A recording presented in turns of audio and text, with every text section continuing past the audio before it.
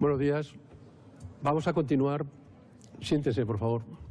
Vamos a continuar con los informes de la defensa. Tiene ahora la palabra la letrada señora Roig en representación de los intereses del señor Cuixart. Cuando quiera.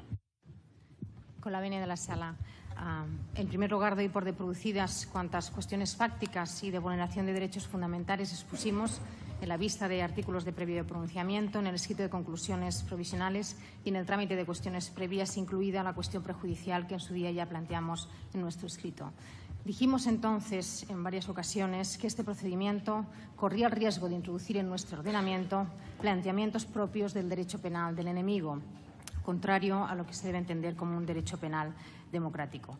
Tras la celebración del juicio y el mantenimiento de los posicionamientos de las acusaciones, fundamentalmente de la Fiscalía, creemos que este temor se confirma y nos vemos reforzados en este temor en la reciente opinión del Grupo de Trabajos de Detenciones Arbitrarias de pasado 25 de abril de 2019. Esta categoría del derecho penal del enemigo ya fue rechazada por este tribunal en alguna anterior sentencia y, muy brevemente, ayer Andreu ya hizo referencia a este tema, muy brevemente consiste este derecho penal del enemigo en tres características. Se nos habla de un derecho penal de autor o juicio contaminado por las ideas del acusado. El Grupo de Trabajo de Detenciones Arbitrarias ha dicho el 25 de abril que la detención de Jordi Cuixart está motivada por su opinión política. Parte este derecho penal del enemigo de una exacerbación de los tipos penales y una desproporción de las penas. Ayer mis compañeros ya estuvieron explicando respecto de la tipificación del delito de rebelión, respecto de la exacerbación de las penas de los delitos de rebelión y sedición por los que se formula acusación. El relator especial sobre el derecho a la libertad de opinión y expresión ya se pronunció el 6 de abril de 2018 indicando que la acusación por rebelión pudiera ser desproporcionada y por tanto incompatible con las obligaciones internacionales de España en materia de derechos humanos, y ello ha sido ratificado por el Grupo de Trabajo de Detenciones Arbitrarias. En cuanto a la infracción de las garantías procesales, esta defensa desde el inicio del procedimiento ya tuvo ocasión de plantear ante la Audiencia Nacional y posteriormente hasta el Tribunal Supremo la falta de competencia de estos órganos para conocer de los hechos que se imputaban a Jordi Cuixart como ciudadano. Ayer el compañero Andreu explicó varias cuestiones de carácter procesal respecto de las investigaciones de este procedimiento y de otros que han nutrido al presente, y de nuevo el Grupo de Trabajo de Detenciones Arbitrarias en la reciente resolución que hemos mencionado indica que un reconocimiento de la vulneración de la presunción de inocencia, vulneración del derecho a un tribunal competente e imparcial y vulneración a contar con los medios adecuados de defensa. Esta es hoy la difícil situación ante la que el tribunal se enfrenta y a la que tendrá que dar respuesta. Señorías, la tesis acusatoria formulada contra Jordi Cuixart se basa en su papel en la movilización popular. Entendida esta movilización popular, según el escrito de acusación de la Fiscalía, como un instrumento de presión para obligar al Estado a capitular frente al reconocimiento de esa nueva república, entendida por la Abogacía del Estado como un instrumento de presión para negociar con el Estado, y por Vox con el objetivo de quebrar y doblegar a las estructuras del Estado. Se sostiene así la tesis acusatoria en el relato de diversas movilizaciones acaecidas en Cataluña en defensa del derecho de autodeterminación, desde las diadas del 11 de septiembre hasta las últimas movilizaciones del otoño del año 2017, en la que se destacan, por parte de las acusaciones, determinadas expresiones que se atribuyen a Jordi Cuixart en su discurso, llegando a definir el Ministerio Fiscal el periodo comprendido entre el 19 y 20 de septiembre y 27 de octubre como una situación claramente insurreccional. La calificación jurídica de estos hechos como los delitos de rebelión, sedición y organización criminal parte, a entender de esta defensa, de una concepción de la movilización ciudadana con un contenido antidemocrático y contrario a la interpretación de los derechos fundamentales que nos exige la Constitución y los tratados internacionales. Parte también de un relato de hechos que no se ajusta a la realidad de lo acontecido y no se ajusta a las pruebas practicadas en el acto de juicio oral. Un relato de hechos que entendemos se ha tergiversado precisamente para hacer encajar la conducta de Jordi Cuixart, atípica penalmente y legítima desde un punto de vista democrático, en los delitos que objeto de acusación. Parte también esta concepción de la movilización ciudadana de una concepción meramente formal de la Constitución, distinta de una concepción material que defiende esta defensa. Concepción material que la define como aquella norma suprema que asegura la vigencia de los derechos fundamentales. Señorías, la acusación no puede arrogarse ni la propiedad de la Constitución ni su defensa. Frente a las alegaciones de la semana pasada de la Fiscalía, respondemos que no hay Constitución sin democracia, no hay democracia sin participación de los ciudadanos y no hay participación colectiva sin las condiciones materiales que la posibiliten. La defensa de la participación colectiva implica la defensa de la Constitución y la democracia. La criminalización de la participación colectiva y de la movilización social no puede entenderse nunca como defensa de la Constitución. Retomando el marco analítico alemán que tanto gusta Fiscalía, debemos insistir en que en el constitucionalismo alemán existen dos conceptos jurídicos distintos para referirse a la Constitución. Verfassung, que se utiliza para referirse a la Constitución como ley superior que garantiza los derechos frente al Estado, y el concepto más hegeliano, Constitution, el concepto ético-político como organismo político, la Constitución como institución, como concepción orgánica del Estado, como régimen. La Fiscalía, en su percepción, entendemos que parte de esta segunda concepción de la Constitución en el sentido de la unidad territorial, en el sentido de entender que cualquier ataque a la Constitución formal es un ataque al Estado y al aparato y a sus aparatos, del que la Fiscalía forma parte también. Sin embargo, nosotros y también nuestro representado queremos invocar este otro espíritu de la Constitución, el espíritu liberal, fruto de la lucha antifranquista. En la tradición liberal, la Constitución se configura así como aquel texto jurídico dirigido a limitar, disciplinar y regular el poder en defensa de los derechos individuales de los ciudadanos. Para la ciudadanía, el centro de la Constitución es la protección de los derechos de libertad individual, de los derechos políticos y de los derechos sociales. Partiendo de esta concepción y atendida la tesis acusatoria, entendemos que es necesario, aunque sea brevemente, hacer un pequeño análisis del contenido y alcance del significado del derecho de reunión, por cuanto la acusación precisamente se sostiene en la capacidad de movilización o en la participación en las movilizaciones del señor Jordi Cuixart. Solo partiendo del concepto y del entendimiento y del tratamiento que debe darse al derecho de reunión, al derecho fundamental de reunión, podremos situar en su correcto significado los hechos que son objeto de enjuiciamiento. Hay que hacer unas consideraciones previas. Ya lo dijimos en la inicial vista de artículos de previo pronunciamiento. La apelación a la protección a la unidad de España no puede enturbiar el entendimiento de ningún derecho fundamental ni puede condicionar la aproximación a los hechos que son objeto de este enjuiciamiento en lo que respecta a la actuación del ciudadano Jordi Cuixart. No es posible realizar una ponderación entre la unidad de España y el ejercicio de derechos fundamentales, pues solo cabe una ponderación entre derechos fundamentales. Con ello decimos que por mucho que las movilizaciones acaecidas en Cataluña hayan tenido como objetivo la defensa y reivindicación del derecho de autodeterminación de Cataluña y que ello haya molestado a los poderes del Estado, no invalida que se hallaban todas ellas inscritas en el ejercicio de derechos fundamentales universales como son los derechos de reunión y de libertad de expresión. Como dijimos el primer día, la defensa de la unidad de España no puede provocar el sacrificio de los derechos fundamentales reconocidos a todo ser humano. No olvidamos que la tesis acusatoria de las acusaciones no analiza, no parte del análisis de la movilización ciudadana como algo aislado, sino incardinado en una especie de estrategia conjunta con el Govern y el Parlament de Cataluña, sustentando este engarce en una serie de documentos que ayer mencionaron mis compañeros: el libro blanco, la hoja de ruta de 30 de marzo, el Enfocats, la agenda Moleskine, programas de partidos políticos, etc. Ya se refirieron a estos documentos mis compañeros y no voy a incidir en ellos. En análisis estratégico de todos estos documentos forma parte de la pericial sociológica que se aportó y, por tanto, la Sala podrá valorar también no solo los documentos, sino la perspectiva de estudio de los peritos. Baste decir que en ninguno de estos documentos se instrumentaliza la movilización ciudadana como herramienta de insurrección, más allá, y que no se ha practicado prueba de ningún concierto estratégico, más allá de la evidencia de que todos los acusados comparten la aspiración del ejercicio del derecho de autodeterminación de Cataluña.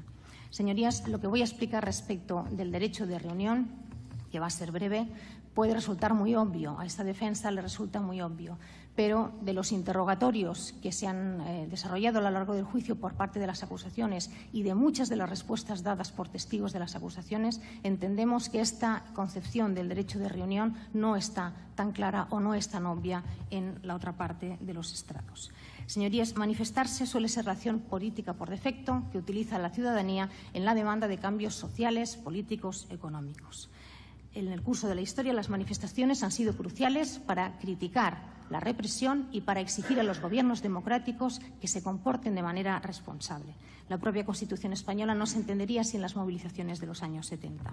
El término manifestarse conlleva una nota de disenso, oposición, confrontación, respuesta o reacción.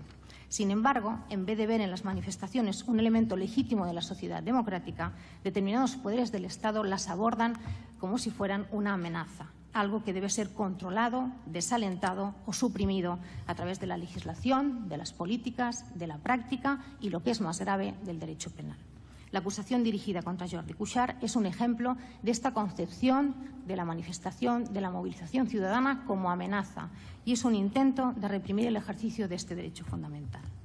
El término manifestarse evoca así para unos los movimientos de justicia social y el ejercicio positivo de los derechos. Para otros, el término se asocia a desorden, caos, malestar y desafío o amenaza a la autoridad. Hemos oído declaraciones de agentes de la autoridad que han concebido las manifestaciones que se producían delante de sus cuarteles como desafíos o amenazas a la autoridad. Son dos perspectivas diferentes desde las que se pueden abordar los mismos hechos y, dependiendo de la perspectiva que se adopte, el resultado, la interpretación de los hechos puede ser completamente diferente.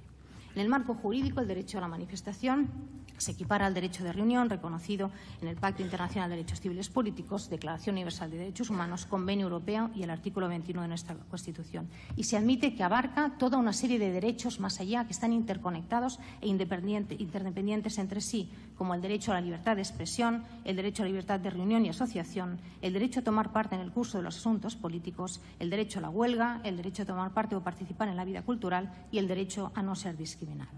Así como el derecho a la libertad de expresión ha sido abordado en innumerables sentencias, lo cierto es que el derecho de reunión ha sido objeto de un menor análisis. Acudiremos en nuestra exposición a instancias internacionales para desarrollar muy brevemente el contenido y alcance de tal derecho, partiendo de que el artículo 10.2 de la Constitución nos indica que para interpretar los derechos fundamentales reconocidos en la Constitución hay que acudir a la Declaración Universal de Derechos Humanos y a los tratados internacionales. Nuestra legislación parte del concepto y de la protección de la reunión o manifestación pacífica. Deberemos saber entonces qué hay que entender por reunión pacífica. Al respecto, hay que decir que del mismo modo que el derecho a la libertad de expresión se aplica no solo a aquellas expresiones inofensivas o favorables, sino también a aquellas que ofenden, chocan o perturban al Estado o a una parte de la sociedad, el derecho de reunión específicamente se protegen las manifestaciones ofensivas o que generen perturbación. En las normas internacionales existentes, la definición de reunión pacífica es muy amplio. La jurisprudencia del Tribunal Europeo de Derechos Humanos y las directrices OSCE señalan que solo las reuniones en que los participantes u organizadoras tengan intenciones violentas quedan excluidas de su protección. Y sostiene que la carga de probar la existencia de intenciones violentas recae en las autoridades. Las mismas instancias internacionales entienden que los incidentes esporádicos o aislados de violencia que ocurran dentro de una manifestación que en principio se plantea como pacífica no deberían privar al resto de personas de su derecho a la libertad de reunirse pacíficamente ni de otros derechos humanos. Y algo muy importante, la resistencia pasiva, entre la que se encuentran las formas de acción no violenta como las sentadas y los bloqueos, queda comprendida dentro del concepto de reunión pacífica. En fecha 4 de febrero de 2016 se transmitió al Consejo de Derechos Humanos de Naciones Unidas el informe conjunto del Relator Especial sobre los derechos a la libertad de reunión pacífica y de asociación y del Relator Especial sobre las ejecuciones extrajudiciales, sumarias o arbitrarias acerca de la gestión adecuada de las manifestaciones. Este informe, publicado en el año 2016, no caigamos en susceptibilidades, no tiene nada que ver con los hechos de este procedimiento, contiene un resumen de las normas internacionales aplicables y unas recomendaciones para prácticas sobre el modo de aplicar estos principios. Nos va a servir este informe de pauta interpretativa, si bien nos vamos a centrar únicamente en aquellos puntuales aspectos que creemos que tienen vinculación directa con los hechos que han sido objetivo de enjuiciamiento. Parte dicho informe de que el concepto de reunión abarca evidentemente no solo las manifestaciones, sino también campañas, sentadas, incluyendo las protestas y sentadas prolongadas y las manifestaciones de tipo ocupación, modos de ejercer el derecho de reunión, que nos dice el informe, tienen por objeto expresar una postura, queja, aspiración o identidad común que difiere de las posturas generales o cuestiona los intereses políticos, sociales, culturales o económicos establecidos. Parte este informe de que no debería tratarse a ninguna reunión como una reunión no protegida. Respecto del carácter pacífico, nos dice que el carácter pacífico de una reunión debe presuponerse y debe darse una interpretación amplia al concepto pacífico. Y afirma expresamente que, aunque los organizadores deberían hacer todo lo posible por cumplir la ley y alentar la celebración pacífica de las reuniones, no deben ser considerados responsables del comportamiento ilícito de otras personas. Si así se hiciera, nos advierte, se vulneraría el principio de responsabilidad individual, se debilitaría la confianza y la cooperación entre los organizadores de las concentraciones, los participantes y las autoridades y se desalentaría a los organizadores potenciales de reuniones de ejercer sus derechos. Y nos insiste en que no debería suscitarse la responsabilidad penal, civil o administrativa de ninguna persona por el mero hecho de organizar una protesta pacífica o participar en ella. En cuanto a los requisitos de autorización previa o de comunicación de las manifestaciones que tanto han interesado a las acusaciones en sus interrogatorios, tantas preguntas se han hecho sobre si se había pedido autorización, si se había hecho la comunicación, si se había respetado el plazo de la Ley 9/1983 de 10 días de la manifestación del 20 de septiembre, parte este informe de que la libertad de reunión no es un derecho, no es un privilegio y, por tanto, no puede estar sometida a ningún tipo de autorización. De hecho, la propia Constitución española nos dice que las reuniones no pueden ser sometidas a autorización. En cuanto a los requisitos de comunicación a las autoridades, nos indica este informe que el hecho de que no se notifique una reunión a las autoridades no la convierta en ilícita. Si la reunión no se ha notificado, no deberían imponerse sanciones penales o administrativas y que, en caso de reuniones esporádicas, debe eximirse del requisito de comunicación. Resulta, por tanto, absurdo que hayamos dedicado parte del juicio a preguntar a los testigos acerca de la comunicación a las autoridades de la manifestación del 20 de septiembre. La manifestación se comunicó, como lo comentó ayer mi compañero Pina, y es absolutamente irrelevante que no se hubieran cumplido el plazo de 10 días que marca la ley. Respecto a las restricciones que pueden imponerse a las reuniones, se nos dice que debe tolerarse cierto nivel de perturbación en la vida cotidiana a causa de las concentraciones, como la perturbación del tráfico o las molestias o incluso los perjuicios para las actividades comerciales, a fin de que no se prive al derecho de su esencia. Y establece, y ello es muy importante, establece la obligación de mantener el diálogo entre autoridades y los organizadores de las manifestaciones antes, durante y después de la celebración.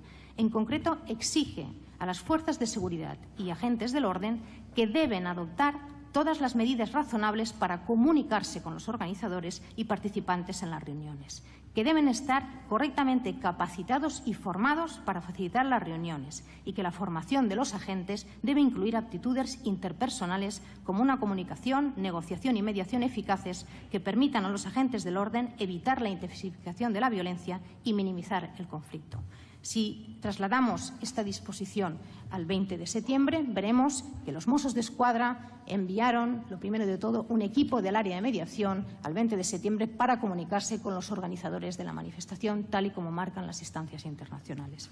No solo enviaron 4 Mossos del área de mediación que estuvieron hasta las 7 de la mañana del día siguiente. A lo largo del día fueron enviando agentes hasta ver más de un total de 20 agentes de Mossos d'Esquadra dentro de la Consellería que tuvieron también interlocución con los organizadores.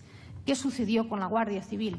Para empezar, los 2 tenientes que tuvieron que encargarse de la seguridad y la de responsabilidad de aquel registro desconocían por completo la existencia de un área de mediación en los Mossos d'Esquadra. No conocían ni sus funciones, no entendieron en un primer momento cuáles eran las funciones de aquellos Mossos d'Esquadra y, por descontado, no entendieron que entrara Jordi Sánchez a la Consellería en ningún momento ni que tuviera interlocución con los Mossos d'Esquadra. Se partió de una desconfianza absoluta hacia las manifestaciones de Jordi Sánchez y de los voluntarios de la ANC, una desconfianza que se tradujo en una mala interpretación de la voluntad de los organizadores.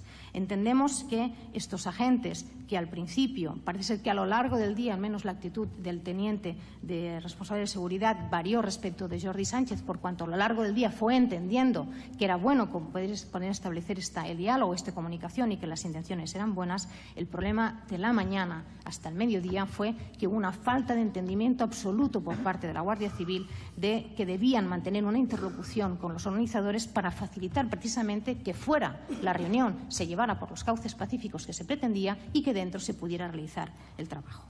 Respecto al uso de la fuerza en las manifestaciones, parte el informe del uso excepcional de la fuerza e impone obligaciones a los agentes del orden basadas en los principios de necesidad y proporcionalidad que veremos luego respecto del 1 de octubre. De acuerdo con el criterio de necesidad, se nos dice en este informe que la fuerza debería dirigirse solo contra personas que estén actuando con violencia o para evitar un peligro inminente. Recordemos las pautas de actuación de los Mossos d'Esquadra del 1 de octubre cuando disponían cuando era posible el uso de las defensas. Esto que ha sido tan criticado por la Fiscalía en los interrogatorios resulta que es algo que exigen los organismos internacionales para proteger el derecho de reunión. El criterio de proporcionalidad establece un límite al empleo de la fuerza basado en la amenaza que representa la persona contra la que se va a utilizar. El hecho de disolver una reunión, nos dice, conlleva el riesgo de violar los derechos a la libertad de expresión y de reunión pacífica, así como el derecho a la integridad física. Si se disuelve una reunión, se corre también el riesgo de intensificar las tensiones entre los participantes y las fuerzas de seguridad.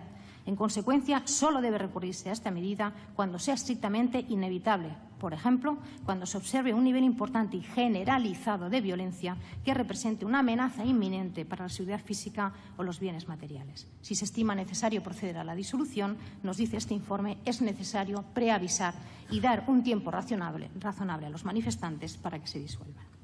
Partiendo de esta interpretación del derecho de reunión, cabe ahora preguntarse si todas aquellas movilizaciones populares acaecidas en el supuesto periodo insurreccional situado entre el 19 y 20 de septiembre y el 27 de octubre responden y se conectan al ejercicio de un derecho fundamental, que es el derecho de reunión, o son hechos delictivos, como sostiene la acusación.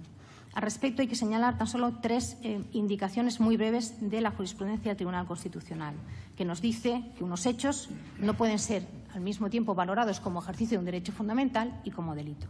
Nos dice que los tipos penales no pueden interpretarse de manera contraria al respeto a los derechos fundamentales y cuestiona la aplicación de los tipos penales incluso en aquellos supuestos en los que, pese a que puede apreciarse excesos en el ejercicio del derecho fundamental, no alcanza a desnaturalizarlo o desfigurarlo. Tampoco puede el juez, nos dice el Tribunal Constitucional, reaccionar desproporcionadamente frente al acto conectado con el derecho fundamental y nos remite aquí a las teorías que le llamamos del chilling effect o al efecto del desaliento. Vaya por delante, en este análisis de si estos hechos son ejercicio de derecho de reunión o son delito, que el Grupo de Detenciones Arbitrarias del Consejo de Derechos Humanos de Naciones Unidas, reitero otra vez la opinión de 25 de abril, ya se ha pronunciado en el sentido de entender que la detención de Jordi Cuixart en este procedimiento es arbitraria por ser el resultado del ejercicio del derecho de las libertades de opinión, expresión, asociación, reunión y participación. Respecto al menosprecio que hizo la semana pasada el Ministerio Fiscal de esta opinión, hay que decir que el Estado español ha sido parte en el procedimiento seguido ante el Grupo de Trabajo de Detenciones Arbitrarias y ha podido exponer sus alegaciones al respecto y explicar que la detención de Jordi Cuixart provenía de un procedimiento judicial en que se estaban juzgando unos delitos de rebelión y sedición. Ha aportado toda aquella documentación y alegaciones que ha considerado necesarias y el Grupo de Trabajo se ha pronunciado. Sorprende que el Ministerio Fiscal menosprecie esta resolución, teniendo en cuenta que el Tribunal Europeo de Derechos Humanos otorga al Grupo de Detenciones Arbitrarias de Derechos de Naciones Unidas la categoría de instancia internacional a efectos de protección de derechos humanos y que la reciente sentencia 1263-2018 de 17 de julio de la Sala Tercera de este Tribunal Supremo indica la obligación de los tribunales de cumplir con las opiniones y recomendaciones de otros órganos de derechos humanos de Naciones Unidas. Centrándonos en el supuesto periodo insurreccional, llama la atención que lo que inicialmente fue descrito en el primer atestado de la Guardia Civil de 15 de diciembre de 2017 como acciones de muestra de desafección a la Guardia Civil, pasaran esas mismas acciones, ese mismo listado de acciones de muestras de desafección, pasaran a denominarse hechos de agresión en la carpeta de vídeos del atestado del mismo cuerpo policial del 28 de febrero de 2018 y se transmutaran estos mismos hechos, este mismo listado, en el periodo insurreccional, en la declaración del ascendido coronel Baena, para servir en bandeja a la Fiscalía una terminología más acorde con el delito de rebelión que era objeto de acusación. Y es que no cabe duda que basar la violencia de una rebelión en acciones de muestra de desafección a la Guardia Civil hubiera quedado un tanto descafeinado.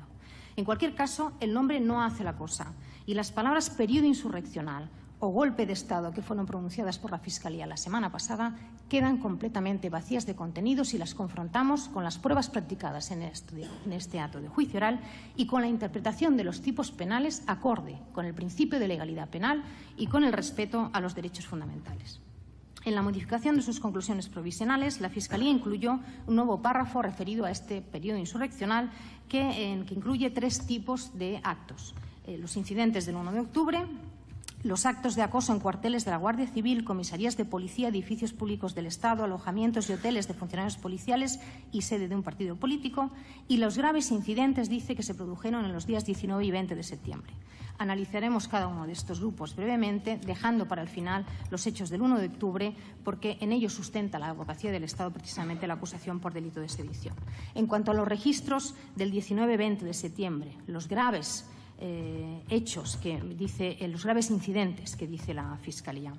Debe de señalarse de antemano que Jordi Cuixart convocó y participó única y exclusivamente en la manifestación que se produjo ante la Consejería de Economía el 20 de septiembre. Ni convocó ni participó en el resto de concentraciones que se produjeron en otros lugares. Aún así, debe defender esta representación que todas y cada una de estas concentraciones están incardinadas, se enmarcan y deben ser protegidas por el ejercicio legítimo del derecho de reunión.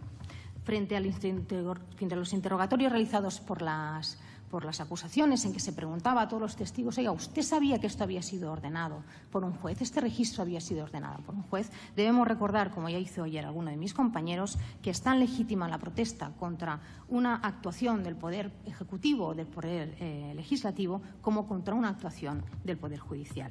No hay resolución judicial que esté exenta de crítica ni de protesta, siempre desde el respeto.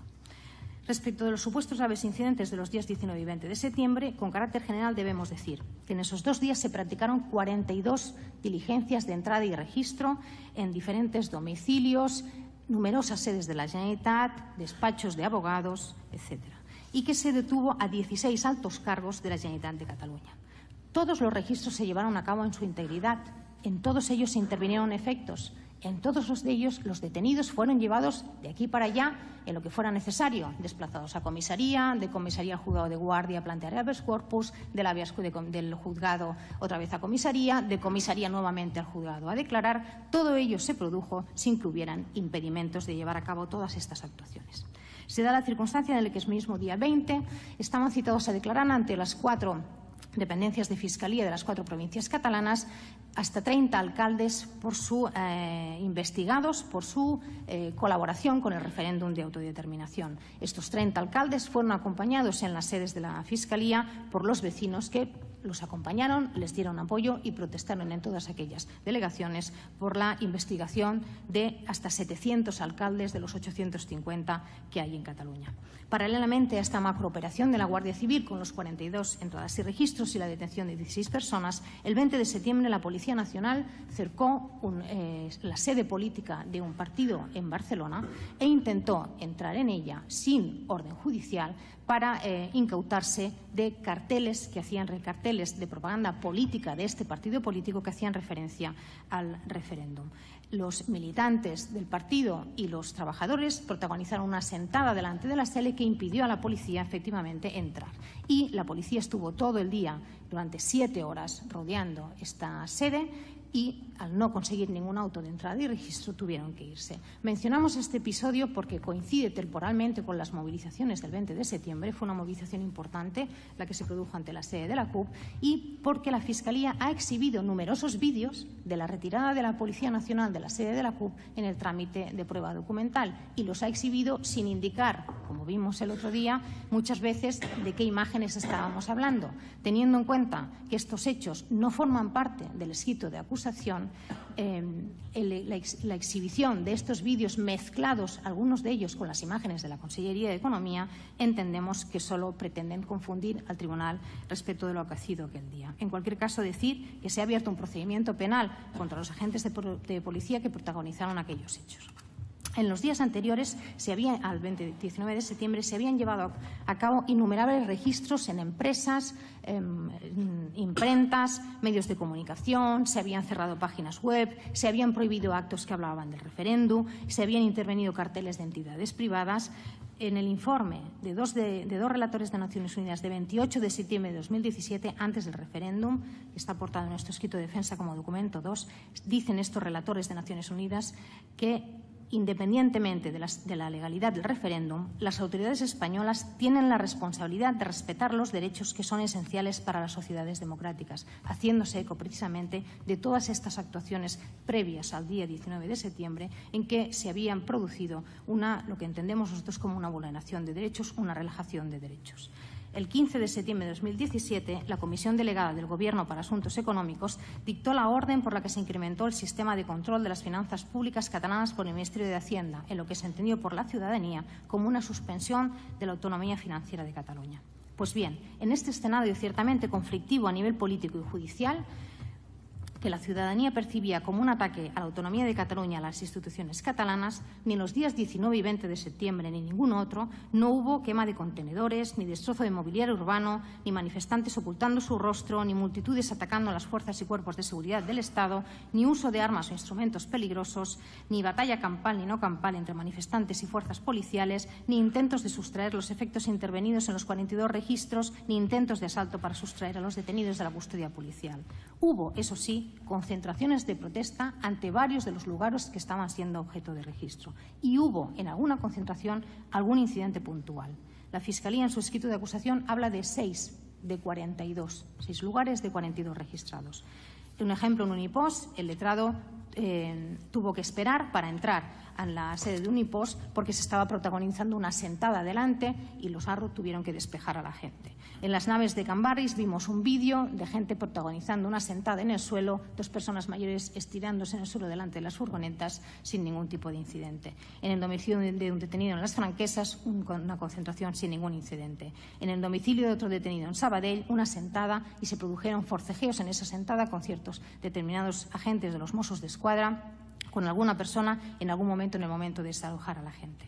El sindicato Comisiones Obreras convocó una concentración de protesta ante el Departamento de Exteriores de Villa Laietana. El registro se llevó a cabo en su integridad y ciertamente en el momento de la salida del detenido se produjeron ciertos incidentes con algunos manifestantes que duraron unos minutos y posteriormente se produjo una sentada ante uno de los vehículos de la Guardia Civil. Esto es todo lo que sucedió en las concentraciones del 19 y 20 de septiembre y constituyen, entiende esta defensa, un ejercicio legítimo del derecho de reunión por parte de la ciudadanía. Los puntuales incidentes que se mencionan ni eliminan el carácter pacífico de las protestas ni la protección que merecen. No pueden integrar ni de lejos el elemento de la violencia idónea para hacer doblegar al Estado que requiere el delito de rebelión. No son un intento de impedir actuaciones judiciales, que es lo que requiere el delito de sedición, y no pueden calificarse como hechos de alzamiento. Respecto de la Consellería de Economía, no me voy a entretener por cuanto ayer mi compañero abordó, creo, prácticamente todo. Sencillamente indicar que los llamamientos de Jordi Cuixart a lo largo de todo el día, a pie en la concentración, en el escenario dirigiéndose a los concentrados, en los medios de comunicación, en sus comunicaciones vía tuit, en las ruedas de prensa, llamó siempre e insistió siempre que la concentración debía mantener un carácter pacífico, cívico, sereno y tranquilo. Y expresa y explícitamente exhortó a la ciudadanía a que se comportara de manera no violenta y a que no permitiera que otras personas se comportaran de manera violenta. Entendemos, por tanto, que esta actuación queda amparada en el ejercicio del derecho de reunión. Es irrelevante a efectos penales, señorías, que en el momento de subirse al coche de la Guardia Civil para desconvocar por segunda vez la manifestación, utilizará palabras como desde este altar majestuoso o llamar a la movilización permanente al tiempo que convocaba a la ciudadanía para una concentración al día siguiente. Intentaba convencer a los manifestantes de que se fueran a casa precisamente porque la comitiva judicial tenía que salir. Por tanto, entendemos que estas expresiones en nada eliminan lo que era el objetivo de la desconvocatoria. La intención nunca fue impedir la actuación policial, sino protestar por ella. La Fiscalía ha exhibido vídeos de la actuación del Abrimo a la 1:30 de la mañana, 1 hora y media después de que se desconvocara la concentración. Esta defensa aportó un total de 46 vídeos y 35 fotografías de lo que fue el desarrollo de la manifestación durante todo el día. No me voy a extender porque mi compañero ayer ya explicó. La Fiscalía también menciona un WhatsApp de Crida Democràcia, que és una plataforma d'Òmnium Cultural, en què s'indicó a primera hora de la mañana concentracions ara mateix per aturar la Guàrdia Civil. Este mensaje ya se indicó en fase de instrucción y se aportó un informe que fue parado al cabo de 1 hora de emitirse, por cuanto ni el contenido era correcto, porque podía dar lugar a la confusión del motivo de la protesta, y porque se indicaban 4 lugares de concentración que no eran los lugares a los que había convocado Òmnium. Todos los mensajes de la entidad de Jordi Cuixart fueron claros en el sentido de convocar ante la sede de la Conselleria de Economía y en las llamadas a que la manifestación fuera absolutamente pacífica. El registro se llevó a cabo durante todo el día sin interrupciones. Y se pidió incluso la colaboración de la interventora de la Generalitat, que estaba en otro edificio, y se le pidió que viniera a ayudar en el registro, y vino con 2 adjuntas a ayudar en el registro. El agente que prestó declaración en el acto de juicio oral, uno de los agentes que estuvo trabajando todo el día, así lo manifestó, que él estuvo trabajando todo el día. Entendemos también, y lo hicimos constar en los interrogatorios, que el registro se desarrolló en el interior de una manera irregular. No estamos hablando de un tema de pedir la nulidad de ninguna prueba. Estamos llamando la atención del tribunal de la manera irregular en que se comportó la Guardia Civil, la unidad de investigación que ha llevado la investigación de todo este procedimiento, al amparo de la letrada de la Administración de Justicia, que es el testigo principal de cargo de la acusación en este procedimiento respecto del 20 de septiembre. No voy a insistir por falta de tiempo. En el auto de entrada y registro se indica claramente los despachos de 4 personas con nombres y apellidos que deben registrarse. Una de ellas no tenía despacho en la Consellería, lo hemos acreditado en el documento 117 del escrito de defensa. Y, por tanto, quedaban 3 despachos únicamente que registrar, que habrían llevado menos de media mañana el registro.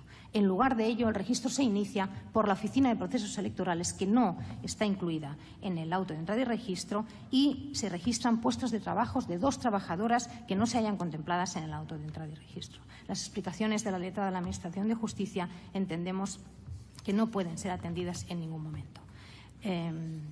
La Fiscalía sostiene también que varios manifestantes lanzaron una botella de agua de plástico a unos agentes de Mossos de Escuadra. Esto sucede pasadas las 11 de la noche, y sucede además que en el visionado del vídeo que vimos se ve el pasillo de voluntarios de la ANC que se extiende para separar a los Mossos de la gente y que, por tanto, cumple estas funciones de colaboración con los agentes del orden. Por tanto, entendemos que esta manifestación no puede considerarse en ningún momento violenta, y que los puntuales incidentes que puedan protagonizar a algunos manifestantes, como pudo ser el destrozo de los vehículos, ya se refirió ayer mi compañero, en ningún momento dado pueden servir para retirar a la manifestación la calificación de reunión pacífica y su protección, y menos aún pueden atribuirse la responsabilidad de tales incidentes a los organizadores. El 25 de septiembre en Badalona son unos hechos, señoría, que creo que, como decía ayer mi compañero Melero, al final han cansado a todo el mundo, porque de lo absurdo que son no deberían ni siquiera de haberse traído a este procedimiento. Sin embargo, la Fiscalía en su informe del otro día los mencionó. Hay que decir que la persona que fue juzgada por retirar los carteles de un vehículo fue absuelta, y que el señor Jordi Cuixart no tuvo nada que ver con esto. Incidir únicamente en que los carteles intervenidos eran los carteles que ponía o la Europa, o la República, o la No País, y que fueron intervenidos a raíz de una instrucción de la Fiscalía Superior de Cataluña que se dictó sin base legal alguna, teniendo en cuenta que existían 2 procedimientos judiciales abiertos que investigaban el referéndum, y que constituye la intervención de unos carteles de una entidad privada una vulneración del derecho a la libertad de expresión. Respecto del resto de supuestos actos de acoso en cuarteles, comisarías, alojamientos y hoteles y sedes de partidos políticos, hay que señalar que respecto de las comisarías de Policía Nacional no se ha practicado prácticamente ninguna prueba en el acto de juicio oral. Recuerdo un agente que vino a declarar una manifestación delante de la comisaría de policía en Gerona. Fuera de ello, ninguna testifical más. Hay un informe del comisario Trapote no ratificado, no hay ningún vídeo, ninguna imagen, ningún atestado, ninguna minuta policial. En cuanto a los actos de acoso en cuarteles de la Guardia Civil y en alojamientos y hoteles, ninguna prueba se ha practicado en el acto de juicio oral que vincule estos hechos con el señor Jordi Cuixart. Pero además deberemos analizar cuáles son los hechos que han sido objeto de prueba y si esos hechos constituyen ejercicio del derecho a reunión o los delitos que pretende la Fiscalía. Recordemos que Fiscalía no tuvo ningún interés en mostrar cuando se visionaron los vídeos a qué fecha correspondían esos hechos, ni siquiera a qué lugar correspondían los hechos. Pues bien, si aterrizamos un poco en la prueba, veremos que nos encontramos 3 fechas diferentes que hubo concentraciones: el 20 de septiembre, el 21 de septiembre y el 2 y 3 de octubre. El 20 de septiembre hubo manifestaciones ante cuarteles de la Guardia Civil. El responsable del cuartel de Manresa nos vino a decir que se había producido una manifestación delante del cuartel donde se había hecho una performance con una urna, con un simulacro de votación, y en las fotos que aparecen en el atestado policial se ve incluso que se formó un castell de un pilar delante del acuartelamiento. Respecto del supuesto cerco al cuartel de Reus, en la carpeta de hechos de agresión del atestado 2018-101-743-012 se portan las imágenes en el vídeo 9. En lo que se visiona es una manifestación de gente enfrente del cuartel cantando el Sega 2. No creo que esto pueda entenderse como un acto de acoso ni de violencia. Y en cuanto al cuartel de Valls, ya lo mencionó ayer mi compañero, las imágenes se ve unos jóvenes enganchando unos carteles y la declaración que hizo el agente no cuadra para nada con lo que se ve en el vídeo. 21 de septiembre, manifestaciones de nuevo ante cuarteles de la Guardia Civil en protesta por la actuación del Juzgado de Instrucción número 13 y por la detención de altos cargos de la Generalitat. En el cuartel de Travesera de Gracia nos encontramos un vídeo en la carpeta Hechos de agresión, el vídeo 18, en el que se ve a lo largo del día el transcurso de las entradas y salidas de los coches, de los abogados, y ya a última hora de la tarde una manifestación protagonizada por una asociación vecinal del barrio de Gracia con ningún tipo de incidente. En el cuartel de la Guardia Civil y Policía Nacional en Manresa, vídeo 19 de la carpeta Hechos de agresión, manifestación de estudiantes de instituto en la hora de recreo cantando delante del cuartel. Y en cuanto al cuartel de San Andreu de la Barca, una fotografía en la que se ve a los manifestantes situados en la acera de enfrente del cuartel, dejando toda la calzada libre. En cuanto a las manifestaciones del 2 y 3 de septiembre, estas manifestaciones tuvieron como objeto única y exclusivamente la protesta de los ciudadanos por el uso desproporcionado de la fuerza por parte de la policía el 1 de octubre. Y ello no guarda relación ninguna ni con ninguna finalidad de alteración del quebranto del orden constitucional ni con la finalidad de declarar la independencia de Cataluña. Debemos recordar diversos pronunciamientos de relatores de Naciones Unidas, representantes del Consejo de Europa y representantes de asociaciones internacionales de protección de derechos humanos como Amnistía Internacional o la Organización Mundial de la Tortura, que criticaron el uso desproporcionado de la fuerza por parte de las fuerzas y cuerpos de seguridad del Estado del 1 de octubre e instaron al Estado español a investigar los excesos. ¿Cómo no iba a protestar la ciudadanía que fue víctima de estos excesos? En todo caso, hemos visto vídeos de estas concentraciones, hemos visto caceroladas, pases de vehículos de bomberos por delante del hotel, manifestaciones en absoluto silencio, manifestaciones frente a hoteles con guardias civiles pertrechados de antidisturbios, toda una variedad de protestas amparadas en el ejercicio del derecho de reunión. Desde el día 3 de octubre hasta el 27 de octubre seguimos con el periodo insurreccional. Ninguna prueba se ha practicado de ninguna movilización más, ninguna prueba de ninguna movilización el 27 de octubre, que es el día que se supone que se declara la independencia. Nos exhibió Fiscalía 3 vídeos de cortes de carreteras y vías férreas que se correspondían al 8 de noviembre, no al 3 de octubre. Es cierto que el 3 de octubre se produjo también algún corte de carretera en el contexto de una huelga general convocada por los sindicatos. Y aclarar que la iniciativa Taula per la Democràcia convocó única y exclusivamente una manifestación en protesta por la actuación policial del 1 de octubre a las 11 de la mañana ante el Colegio Ramón Llull y a las 18 de la tarde en la Plaza Universidad sin que hubiera habido ningún incidente. No podemos hablar de violencia en los términos de un delito de rebelión. Y no podemos hablar, ni ha hablado ya de este tipo de violencia, el Tribunal de Schleswig-Holstein, que tuvo la oportunidad de pronunciarse cuando le fue remitido todo el material bibliográfico que consta en este procedimiento. Señorías, no estamos minimizando los hechos ni reduciéndolos a meras anécdotas. Estamos intentando situarlos en su justo término. En 2017 se produjo un conflicto político de gran calado en las relaciones entre España y Cataluña y un conflicto que aún dura a día de hoy. Una parte muy importante de la ciudadanía catalana respondió a este gran conflicto como responde una sociedad democrática, saliendo a la calle a manifestarse, a protestar para exigir a los responsables políticos que actúen con responsabilidad y afronten los desafíos políticos. Y lo hizo de la única manera que sabe, que es sin violencia. Nos hemos de sentir orgullosos de la ciudadanía que en otoño de 2017 salió a la calle. Criminalizar la movilización popular es un grave error que puede tener consecuencias nefastas para el ejercicio de los derechos fundamentales en España. Respecto del 1 de octubre, Jordi Cuixart manifestó en su declaración cuál fue su participación. Como ciudadano, acudió a votar. En ejercicio de su derecho a libertad de expresión, hizo llamamientos a la población a que acudieran a votar. Apoyó la iniciativa de Escolas Obertas presentada en la sede de Òmnium Cultural y retuiteó sus mensajes. Hizo llamamientos por Twitter a defender de manera pacífica los colegios y 2 concretos llamamientos a la resistencia pacífica. En el IES Jaume Balmes, un tuit a las 8:52, mantengamos la calma, todos culo en el suelo, en referencia a la sentada. Y en el CEIM Ramón Llull, a las 9:04, resistencia pacífica. Jamás hizo un llamamiento a la población a enfrentarse a las fuerzas y cuerpos de seguridad del Estado, ni se enfrentó él con ninguna fuerza policial. Todos sus mensajes y todos sus discursos son explícitos en el sentido de pedir a la ciudadanía que tenga una actuación pacífica, y así han sido analizados en la pericial sociológica. La iniciativa Escolas Obertas fue una iniciativa de la comunidad educativa que ya fue explicada aquí por su representante. El planteamiento siempre fue un planteamiento no violento. Se organizaron actividades lúdicas en los centros los días previos al referéndum, y el día del referéndum se enviaron mensajes vía Twitter del contenido siguiente: en caso de presencia policial, siempre actuaremos desde la resistencia pacífica. Jordi Cuixart retuiteó estos mensajes de Escolas Obertas y lo retuiteó en el entendimiento que era necesario decirle a la ciudadanía que mantuviera una actitud pacífica y que era necesario reforzar este tipo de discurso. Ninguna de estas conductas están incardinadas, pueden estar incardinadas en los delitos que se pretenden. El 1 de octubre, señorías, se votó en más de 2.000 colegios electorales con el único objetivo e intención de votar. La ciudadanía acudió a las urnas a expresar su opinión a través de un voto, sabiendo que el Tribunal Constitucional había suspendido la resolución y que el Tribunal Superior de Justicia de Cataluña había ordenado a las fuerzas y cuerpos de seguridad del Estado que impidiera la apertura de los colegios.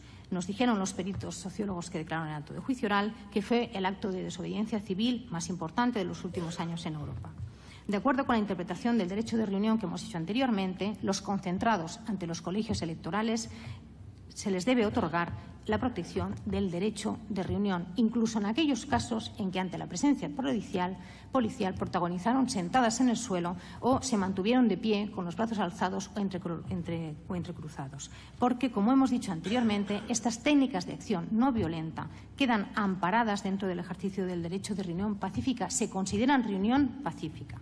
De los más de 2.000 colegios electorales en los que se reunió la gente con intención de votar, la policía actuó en 113 colegios, de los cuales el Ministerio Fiscal menciona en su escrito de acusación 35 en los que afirma que se produjeron incidentes. En 16 de estos colegios, si repasamos los vídeos, la gente recibió a la policía sentada en el suelo protagonizando una sentada. En el resto, la gente permanece de pie con los brazos en alto o entrelazados esperando la llegada de la policía. No hay ni un solo colegio en que los manifestantes se dirigieran a acometer a los agentes. En todos ellos, los manifestantes esperaron sentados, en pie, brazos en alto o entrelazados a que llegara la fuerza policial. Los vídeos acreditan lo que sucedió y contradicen en muchos casos muchas de las declaraciones que han prestado los agentes. Sin embargo, sí que hubo colegios electorales, no todos evidentemente, en que las fuerzas y cuerpos de seguridad del Estado cargaron contra la población sin previo aviso y utilizaron las defensas para golpear indiscriminadamente a personas que no estaban teniendo una actitud violenta y no suponían ningún tipo de amenaza, contraviniendo las recomendaciones en materia de derecho de reunión que hemos dicho antes y la propia instrucción de la Secretaría General del Estado, el Código Europeo de Ética de la Policía y las normas, los principios básicos sobre el uso de la fuerza de La Habana aprobados en 1990. La acusación no ha aportado prueba de todas las actuaciones policiales, prueba videográfica. De más de la mitad de los colegios no tenemos prueba aportada por la acusación, a pesar de que los agentes llevaban sus cámaras para grabar toda la actuación. Y de muchas de las actuaciones, de las grabaciones que han aportado, no se ve el momento de la actuación policial que nos permitiría ver cuál había sido la reacción de la ciudadanía ante esa actuación policial, si había sido una reacción violenta o no, sino que aporta momentos posteriores como las salidas de los vehículos de los pueblos en los que, es cierto, en algún sitio puntual, estamos hablando de 2 colegios, hubo algún incidente en la retirada de los vehículos policiales. La supuesta violencia generalizada de la población no fue tal. La acusación no ha aportado prueba alguna de esta violencia generalizada. Que se produjeran insultos tras recibir los porrazos de la policía. Que 5 individuos aisladamente dieran alguna patada a alguna gente, tiraran una silla y que nadie de alrededor se sumara a esta agresión a los agentes, no convierte estos hechos en unos hechos violentos y menos aún en unos hechos que puedan configurar el tipo del delito de rebelión. Sí que hubo una actitud de resistencia pacífica de la ciudadanía en 35 colegios, que es lo que ha acreditado la acusación, que no tenía como objetivo impedir la actuación policial, sino protestar por la misma y, en algunos casos, retrasarla. En uno de los vídeos presentados por la Abogacía del Estado se explicó por parte de aquellas personas cuál era el objetivo y se decía, si entran, ningún problema, que cojan las urnas y se vayan, ningún problema. Excepto en un par de colegios de los 113 en que intervino la Guardia Civil, las fuerzas policiales entraron, intervinieron los efectos y regresaron a su base. En un par de colegios hubo incidentes en el momento de la retirada, con el lanzamiento de una valla en uno, con el lanzamiento de unos conos en otro. No fue la generalidad de los casos. De los 7.000 agentes que intervinieron, dice la Fiscalía que 93 sufrieron lesiones por empujones, golpes y patadas de ciudadanos. Al margen de que ello no es una violencia suficiente para constituir ningún delito de rebelión, ya nos lo dijeron ayer los compañeros, hay que poner en duda también la prueba que se ha practicado en este acto de juicio oral. Me remito al informe pericial de los médicos que prestaron el acto de juicio oral. De las 93 lesiones, únicamente hay 60 partes de lesiones. De estos 60 partes de lesiones, únicamente se indica un medio de agresión en 33 de las partes. En definitiva, no es posible sostener la violencia que requiere el delito de rebelión en estas lesiones, ni lo acaecido el 1 de octubre implica una amenaza de violencia susceptible de doblegar la voluntad del Estado y poner en jaque el orden constitucional. Me remito nuevamente a la sentencia también de Schleswig-Holstein, que tuvo la oportunidad de analizar este tipo.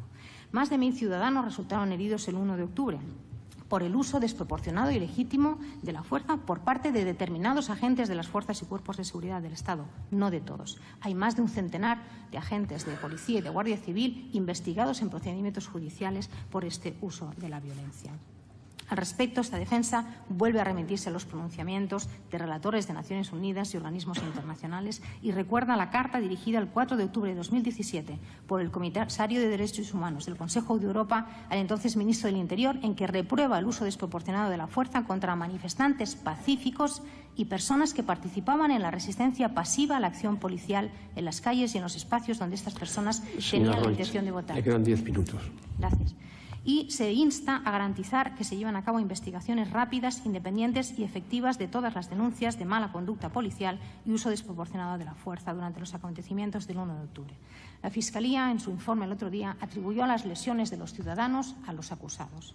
Y entenderán ustedes que ni mi defendido ni el resto de acusados, cuando llamó en concreto mi defendido a la ciudadanía a votar y hacer resistencia pacífica, no podía imaginar que determinados agentes de las fuerzas y cuerpos de seguridad del Estado fueran a hacer una extralimitación, fueran a hacer un uso desproporcionado y legítimo de la fuerza policial.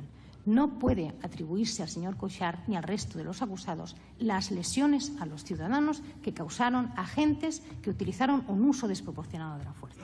Tampoco es posible encajar lo acaecido el 1 de octubre en el delito de sedición que reclama la Abogacía del Estado. Nos hallamos ante hechos que defiende esta defensa, que constituyen un ejercicio del derecho de reunión, y unos hechos no pueden ser a la vez, ya lo hemos dicho antes, delito y ejercicio de derecho fundamental. La finalidad de la ciudadanía el 1 de octubre no fue impedir la actuación policial, fue protestar por esta prohibición de los tribunales y, en algunos casos, se vio en el vídeo aportado por la Abogacía del Estado, retrasar la actuación de la fuerza policial. Pero en todos los colegios, excepto en 2, se entró y se intervino en material. No es posible concebir los hechos del 1 de octubre como un alzamiento tumultuario. La marca Pérez, a nivel doctrinal, advierte que no es posible calificar como sedición actos de protesta pacífica o de mera desobediencia civil colectiva, como, por ejemplo, situarse delante de una vivienda para evitar el desahucio o para impedir que una persona sea encarcelada o expulsada del territorio nacional. O como sostiene Quintero Olivares, lo que dota a este alzamiento de significado penal es su carácter de quiebra violenta de la paz pública, con una dimensión intimidatoria, lo que le hace algo distinto de la mera negativa a obedecer o a respetar una ley. Tenemos también un antecedente en una sentencia del Tribunal Supremo de 3 de diciembre de 1993 en el caso de unos vecinos que impidieron a la fuerza policial acceder a una vivienda protagonizando una sentada en un portal y en el que acabaron resultados lesionados policías y vecinos. Esta sentencia nos dice: el artículo 21 de la Constitución prevé que el derecho de reunión reconocido a los ciudadanos, junto al derecho de manifestar sus propias opiniones, puede afectar lugares donde tiene lugar el tránsito público y, consecuentemente, justifica los impedimentos que esto pueda generar para otras personas. En este sentido, queda claro que una manifestación pública de protesta, en principio, no constituye un acto de sedición. Nos dijeron los peritos sociólogos que vinieron a declarar, como hemos dicho antes, que el 1 de octubre fue un acto de desobediencia civil colectiva. Por desobediencia civil se entiende, lo explicaron ellos, una forma de acción política que tiene varias características: que transgrede conscientemente una concreta ley, no todo el ordenamiento jurídico, que lo hace de forma pública, que lo hace de forma colectiva y sin violencia, que lo hace con el propósito de generar un cambio político y que lo hace asumiendo las consecuencias derivadas de ello. 2.300.000 personas acudieron a votar el 1 de octubre a pesar de saber que el Tribunal Constitucional había suspendido la resolución y a pesar de saber que el Tribunal Superior de Justicia de Cataluña había ordenado a las fuerzas policiales intervenir en materia electoral. De esa cifra, más de 170.000 votaron que no a la independencia. Al menos de estos 170.000 deberemos entender que no pretendían la declaración de independencia. El objetivo de la ciudadanía fue poder votar, poder expresar su opinión a pesar de las resoluciones de los tribunales y de una actuación policial que sintieron como injusta y desproporcionada. El propósito de modificar una determinada línea de acción política es lo que tenía la población, la negativa del Estado español de permitir un referéndum de autodeterminación. A la vista de lo expuesto acerca del 1 de octubre, a la vista de lo que defiende esta defensa, que la actuación de la ciudadanía el 1 de octubre constituye el ejercicio legítimo del derecho de reunión, esta defensa se pregunta: ¿es necesario el recurso al derecho penal en este caso? ¿Responde la petición de las acusaciones a una interpretación de los tipos penales acorde con los derechos fundamentales? ¿Es proporcionada y necesaria en una sociedad democrática la sanción que solicitan las acusaciones? Entendemos que a todas las respuestas debemos contestar que no. Señorías, la actuación de los poderes públicos del Estado durante el otoño de 2017 se movió en un clima de suspensión de derechos mediante actos al límite del derecho, entiende esta defensa. Ya hemos hablado de registros de periódicos, clausura de páginas web, instrucciones de la Fiscalía al margen de procedimientos judiciales, suspensión de actos, intento de entrada en la sede de un partido político. Frente a ello, una parte importante de la ciudadanía independentista y no independentista salió a la calle a mostrar su compromiso con la defensa de las instituciones catalanas y de los derechos fundamentales. ¿Y cómo lo hizo? De la mejor manera que hay, ejerciendo sus derechos fundamentales, con la conciencia de estar defendiendo precisamente lo que desde la sociedad civil es la parte más importante de la Constitución, los derechos fundamentales que limitan el poder, incluso llegando en el 1 de octubre a utilizar fórmulas de desobediencia civil. Aquí no ha habido ley básica de convivencia quebrantada, que decía la Fiscalía. Ha habido exclusivamente la desatención de un auto dictado por el Tribunal Superior de Justicia a raíz de una providencia del Tribunal Constitucional. Este es el litigio concreto que, en términos de legitimidad política y legalidad, debemos analizar en un triángulo en cuyo ápice hay una Constitución que se pretende democrática, a efectos de valorar la repercusión que puede tener este acto concreto en relación al orden constitucional. Por tanto, no se trata aquí, como tan repetidamente se ha dicho por los poderes del Estado, que no existe democracia sin ley, contrastando un elemento y otro y cubriendo el eslogan con una lectura estrictamente formal de la parte institucional de la Constitución. Se trata, por encima de todo, de vincular estos tres elementos: ley, democracia y Constitución, desde el pleno respeto a la vigencia de los derechos fundamentales. Por ello, señorías, solicitamos una sentencia absolutoria respecto de Jordi Cuixart sobre la base de la interpretación de los tipos penales de acuerdo con el principio de legalidad y los derechos fundamentales, y volvemos a solicitar nuevamente su inmediata puesta en libertad para que no se prolongue lo que entendemos que es una situación de vulneración de sus derechos fundamentales.